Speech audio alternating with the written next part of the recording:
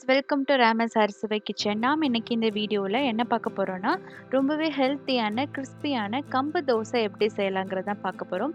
இது ஒரு சூப்பரான பிரேக்ஃபாஸ்ட் ரெசிபியாகவும் சாப்பிட்லாம். நீங்கள் வந்து டின்னருக்கும் இதை எடுத்துக்கலாம். ரொம்பவே ஹெல்த்தியான ஒரு ரெசிபிக்கு பார்க்குறதுக்கு முன்னாடி சேனலை ஃபஸ்ட் டைமாக பார்க்குற ஃப்ரெண்ட்ஸ் சப்ஸ்கிரைப் பண்ண மறந்துடாதீங்க. கூடவே இருக்கிற பெல் ஐக்கானே கிளிக் பண்ணிக்கோங்க.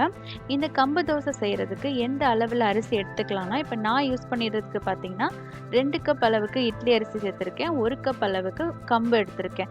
நீங்க வந்து பாதிக்கு பாதி கூட சேர்த்துக்கலாம். அதாவது 1 1/2 கப் அளவுக்கு இட்லி அரிசி, 1 1/2 கப் அளவுக்கு கம்பு, அந்த அளவு கூட நீங்க எடுத்துக்கலாம். இப்போ நான் 2 கப் அளவுக்கு இட்லி அரிசி எடுத்துக்கிட்டேன். இதுக்கு அதே கப்ல 1 கப் அளவுக்கு கம்பு எடுத்துக்கலாம். இப்போ இதில் வந்து இந்த 3 கப் மொத்தத்துக்கு 3 கப் ஆகுது. ஸோ அதனால் உளுந்து வந்து பார்த்தீங்கன்னா 1/4 கப் மட்டும் சேர்த்துக்கிட்டா போதும். அதே கப்பில் 1/4 கப் அளவு எடுத்துக்கோங்க.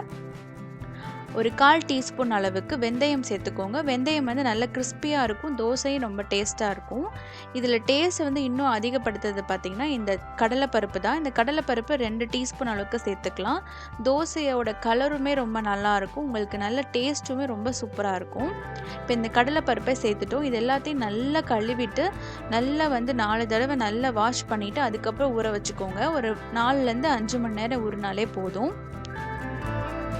இப்போ பார்த்தீங்கன்னா கம்பு அரிசி எல்லாமே வந்து நல்லா ஊறிடுச்சு. நான் ஃபஸ்ட்டு வந்து உளுந்து போட்டு அரைச்சிக்க போகிறேன்.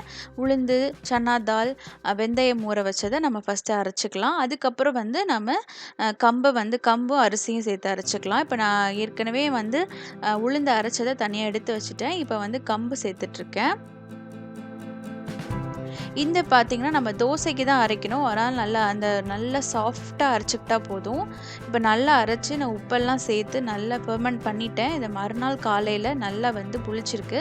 இந்த கம்பு தோசை, ராகி தோசை, நல்ல மற்ற மில்லட் தோசைலாம் செய்யும்போது அந்த மாவு வந்து ரொம்ப அதிகமாக புளிக்க வைக்காதீங்க. அப்போ வந்து டேஸ்ட்டே நல்லா இருக்காது. ஓரளவு மாவு வந்து புளிச்சா போதும். நீங்கள் அதிலே வந்து தோசை சுட்டுக்கோங்க. சூப்பராக இருக்கும் அந்த டேஸ்ட்டு. தோசை நல்ல கிறிஸ்பியாக இருக்கும். நல்லா தவா ஹீட் ஆனது ரொம்ப ஹீட் ஆனப்புறம் கொஞ்சோண்டு ஆயில் அப்ளை பண்ணிவிட்டு நல்லா டிஷ்யூ பேப்பர் வச்சு நல்லா தொடச்சிட்டு தவா நல்லா ஹீட் ஆன பிறகு அதுக்கப்புறம் வந்து நம்ம தோசை வார்க்க ஆரம்பிக்கலாம்.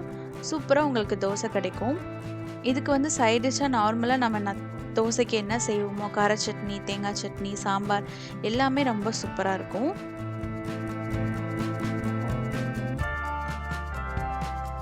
இதுக்கு ஒரு தடவை நம்ம இந்த மாதிரி கம்பு தோசை, திணை தோசை, அப்புறம் பார்த்திங்கன்னா சோள தோசை, வெள்ளைச்சோளம் இருக்குது. இதெல்லாம் வந்து நீங்கள் வந்து கடைகளில் வாங்கிக்கோங்க. வாங்கிட்டு வாரத்துக்கு ஒரு தடவை நீங்கள் இந்த மாதிரியான தோசைகள் செய்யலாம். இதில் இட்லி செய்யலாம், பணியாரம் செய்யலாம். எல்லாமே சூப்பராக இருக்கும். இதே டைப்லேயே நீங்கள் செஞ்சு பாருங்கள்.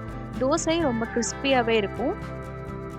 நம்ம சேனலில் ஏற்கனவே 4 மில்லட்ஸ் சேர்த்து அரைச்ச ஒரு மாவு வச்சு ஒரு தோசை இருக்குது. அந்த ரெசிபியோட லிங்க் வந்து டிஸ்கிரிப்ஷனில் கொடுக்குறேன். இல்லைனா எண்ட் ஸ்க்ரீன் ஐகார்டில் உங்களுக்கு கிடைக்கும். அதையும் கிளிக் பண்ணி பார்த்துக்கோங்க. இந்த வீடியோ உங்களுக்கு பிடிச்சிருந்தா சேனலை மறக்காம சப்ஸ்கிரைப் பண்ணிக்கோங்க. லைக் பண்ணுங்கள், கமெண்ட் பண்ணுங்கள், உங்கள் ஃப்ரெண்ட்ஸ் அண்ட் ஃபேமிலிக்கு ஷேர் பண்ணுங்கள். தேங்க்யூ ஃபார் வாட்சிங்.